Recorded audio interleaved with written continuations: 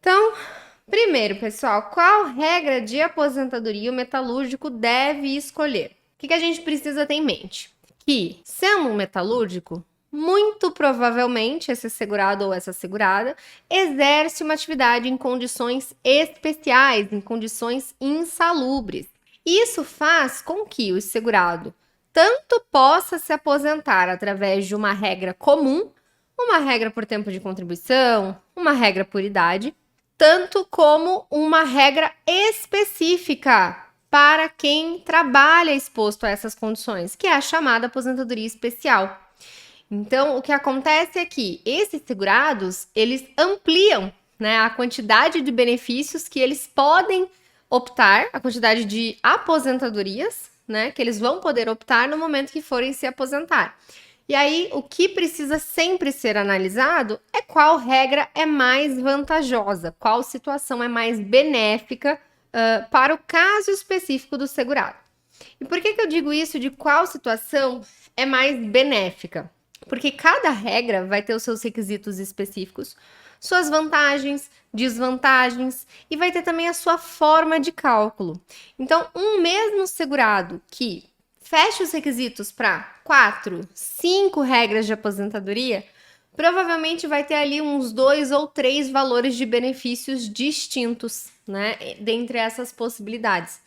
Então, vai depender muito de caso a caso. O que a gente tem é que o primeiro passo, né, lógico, é analisar os requisitos de cada regra. Então, de forma resumida para vocês entenderem, as regras que a gente tem como possibilidade para quem trabalha, né, em empresas metalúrgicas, quem é metalúrgico. Então, primeiro, a aposentadoria especial. Né? Quando a gente fala da aposentadoria especial, a gente tem a aposentadoria especial antes da reforma da Previdência e a regra de transição, que é a vigente, né, para aqueles que já estavam filiados ao regime geral de previdência social até a data da reforma, até 13 de novembro de 2019. Temos também a regra permanente, né? Mas essa regra permanente é só para quem passou a contribuir depois dessa data. Então é para quem vai fechar lá na frente, né? Quem começou a trabalhar ou contribuir depois de novembro de 2019. E a aposentadoria especial, o que acontece? Ela era o melhor benefício antes da reforma, né? Junto ali com a regra dos pontos. E com a regra de transição, o que aconteceu? Passou a ser exigido também uma pontuação mínima. O que é essa pontuação? É a soma do tempo de contribuição com a idade do segurado. Então, em que pese a aposentadoria especial não exija uma idade mínima, ela vai exigir uma pontuação que está diretamente relacionada com a idade do segurado. Então, aquilo que a gente via com muita frequência, né, de trabalhadores que desde o início da sua carreira eram chão de fábrica, trabalhavam nas empresas, expostos às condições insalubres, se aposentavam com 43, 45 anos de idade. Agora, com a regra de transição, isso já ficou inviável. Por quê? Vai ser necessário somar pelo menos os 86 pontos. E se a gente pensa num segurado que tenha os 25 anos de atividade especial, ele vai precisar ter pelo menos 61 anos de idade. Claro, quanto mais tempo tiver, menor é a idade que vai ser exigida, né? Isso também tem uma relação proporcional. Mas é lógico que acabou limitando um pouco o acesso a esse benefício. Outra possibilidade, a aposentadoria por idade. No caso do homem, vai ser necessário 65 anos de idade. Para a mulher, agora em 2021, 61. Dia 1º de janeiro, esse requisito sobe e passa a ser 61 anos e 6 meses de idade. Ambos vão precisar comprovar 15 anos de contribuição e de carência. Em muitos casos, essa regra de aposentadoria pode ser vantajosa, inclusive mais vantajosa do que a aposentadoria especial pela regra de transição, como vocês vão ver daqui a pouco. Outra possibilidade que tem também seria a aposentadoria por pontos. O que vai acontecer? A aposentadoria por pontos, a gente tem também regra anterior à reforma e a gente tem a regra de transição dos pontos, onde a gente não teve uma alteração com relação ao aumento da pontuação, né? Que desde então já ocorria um aumento de 1 ponto ao ano, mas o que muda com essa regra de transição é o cálculo do benefício, que, assim como a aposentadoria especial antes da reforma era integral, a por pontos também era. E agora ela está diretamente relacionada com o tempo de contribuição que o segurado ou a segurada tiver no momento em que pedir a sua aposentadoria. Então, no caso dos pontos, o homem vai precisar de 35 anos de contribuição e pelo menos 98 pontos. A mulher, 30 anos de contribuição e no mínimo 88 pontos. Essa pontuação, dia 1º de janeiro de 2022, também muda. Então, aumenta-se 1 ponto para os homens e para as mulheres. Ou seja, o homem vai precisar ter 99 pontos e a mulher vai precisar ter 89 pontos. Outras possibilidades que esses segurados têm. As regras do pedágio, né? Tanto o pedágio de 50% quanto o pedágio de 100%. A regra do pedágio de 100%, ela é uma regra em que o benefício ele vai ser integral, o que, a princípio, né, soa como uma grande vantagem, se a gente analisa que todas as demais regras estão diretamente relacionadas com o tempo de contribuição que o segurado tiver. Porém, é uma regra que, além de exigir um tempo de contribuição um pouco mais elevado, traz o requisito de idade mínima. Então, no caso da mulher, exige-se 57 anos e para o homem, 60 anos de idade. Além disso, 35 anos de contribuição para o homem e 30 para a mulher. Além da necessidade de cumprir o pedágio. O que é esse pedágio, né? É o tempo que, na data da reforma, faltava para completar justamente esses 35 anos e 30 anos. Então, o segurado ou a segurada, eles vão ter que cumprir 100% de pedágio. Ou seja, se a gente tem uma mulher que faltavam 2 anos para fechar os 30 anos de idade, ela vai ter que fechar esses 30 e cumprir mais 2, né? Para completar o pedágio. Além disso, é necessário analisar a idade mínima, tá? A gente só pode pensar em um benefício, pensar em uma aposentadoria a partir do momento que todos os requisitos estão completos.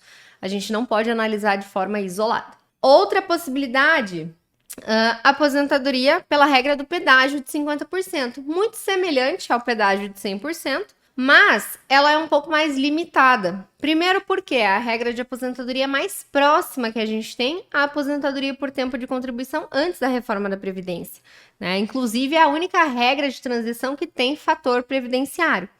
Então, igualmente, o segurado vai precisar 35 anos homem, 30 anos a mulher.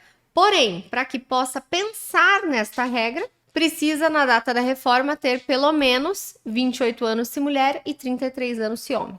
Tá? Aqui a gente não vai ter uma idade mínima, e é justamente por isso que a gente pode dizer que essa regra é a mais próxima da nossa regra de aposentadoria por tempo de contribuição anterior à reforma da Previdência. E, por fim, temos também a regra da aposentadoria com idade mínima progressiva. Essa aposentadoria, ela vai ter o seu requisito de idade, que também vai ter um aumento de 6 meses a cada ano, né? Agora, em 2021, o requisito é de 57 para a mulher e 62 para o homem. A cada ano, aumenta 6 meses. Além disso, eles vão precisar, o homem, 35 anos de contribuição e a mulher, 30 anos de contribuição. Ou seja, além de exigir uma idade um pouco mais elevada, também exige um tempo grande de contribuição, né? É o tempo máximo, quando a gente analisa em requisito de fato, né? 35 para o homem e 30 para a mulher. E aí essa idade ela vai aumentando até que o homem pare em 65 anos de idade e a mulher em 62. Então, o metalúrgico, o que vai acontecer?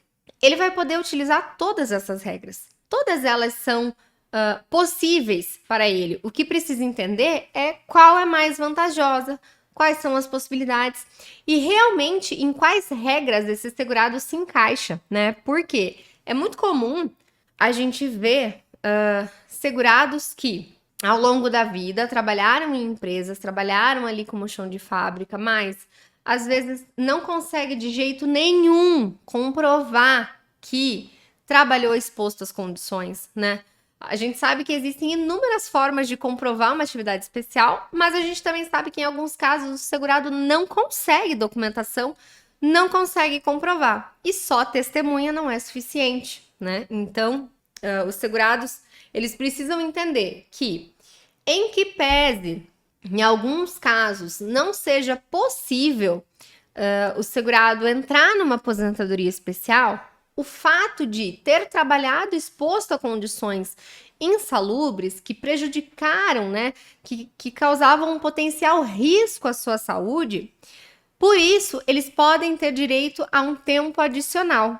Então, a atividade ela pode ser reconhecida como especial para fins previdenciários, de modo que o homem vai poder receber um adicional de 40% sobre esse período e a mulher um adicional de 20%. Mas essa análise desse tempo adicional, a gente só pode fazer até a data da reforma da Previdência, porque pós-reforma a gente não pode mais contar tempo ficto. Né? Ficto é um tempo que não existe, né? Ele não existe de fato, ele é um tempo inventado. Né? Então, o segurado ele passa a ter essa possibilidade de contar esse tempo adicional, por quê? Em razão das condições que ele estava exposto em seu ambiente de trabalho, mas não que de fato ele trabalhou esse período a mais. Tá? É uma possibilidade justamente em razão da proteção que se pretende dar a esses trabalhadores. E aí, para comprovar, né, para a gente pensar nesses adicionais que os segurados vão poder ter, novamente, a gente vai precisar de documentação. Qual é a documentação mais comum, né, utilizada ainda mais nos dias de hoje? É o PPP, que é o Perfil Profissiográfico Previdenciário. É um documento, né, um formulário, emitido pela empresa, onde vão constar todas as informações referentes ao período de trabalho do segurado. Então, os dados administrativos da empresa, os dados do segurado, qual era a função que exercia, em qual setor, a descrição das atividades, a quais agentes esse segurado esteve exposto, e a depender da gente, a qual intensidade, né? Então, esteve exposto a um ruído, ok, mas que intensidade? Porque o ruído a gente precisa analisar qual é a intensidade para poder saber se é um período insalubre ou se não é. Né? Então, o PPP ele vai trazer informações completas, mais completas do que a gente tem na carteira de trabalho, porque ele justamente traz esse descritivo das condições ambientais de trabalho.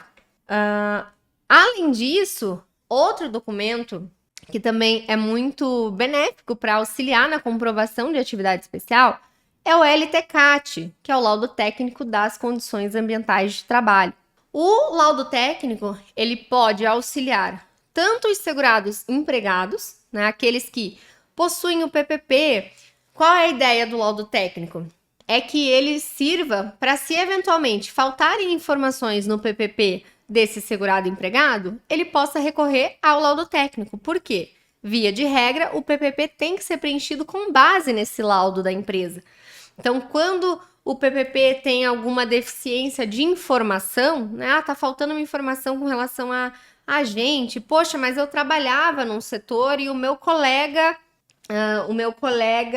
recebeu o PPP e tinha informação.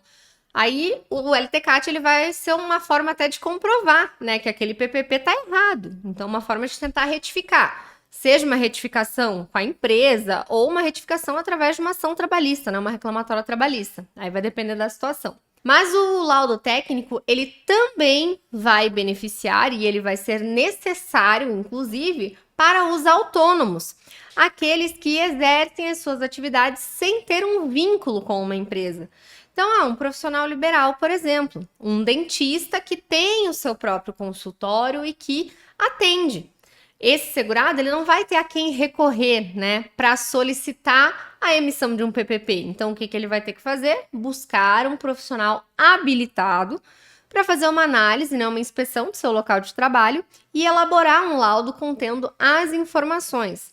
Muito semelhante às informações que eu trouxe do PPP. Então, como era o ambiente de trabalho, quais eram as condições, se havia exposição a condições ambientais de trabalho, né, a condições insalubres no seu ambiente de trabalho, tudo isso vai ter que ser analisado. Esse laudo, para que ele tenha validade, né, o segurado ele vai precisar o quê? Se atentar ao profissional que ele vai contratar para elaborar. Por quê? O laudo técnico ele tem validade a partir do momento em que é elaborado por um médico do trabalho ou engenheiro de segurança do trabalho. Então, isso precisa se atentar. Mas, aqueles que não têm um vínculo com a empresa, têm uma forma de conseguir fazer a comprovação de que no seu ambiente de trabalho, né, eles estavam expostos às condições insalubres. Muito obrigado pela sua companhia. Se você quiser saber mais sobre este assunto, a live ficou salva na íntegra no nosso canal.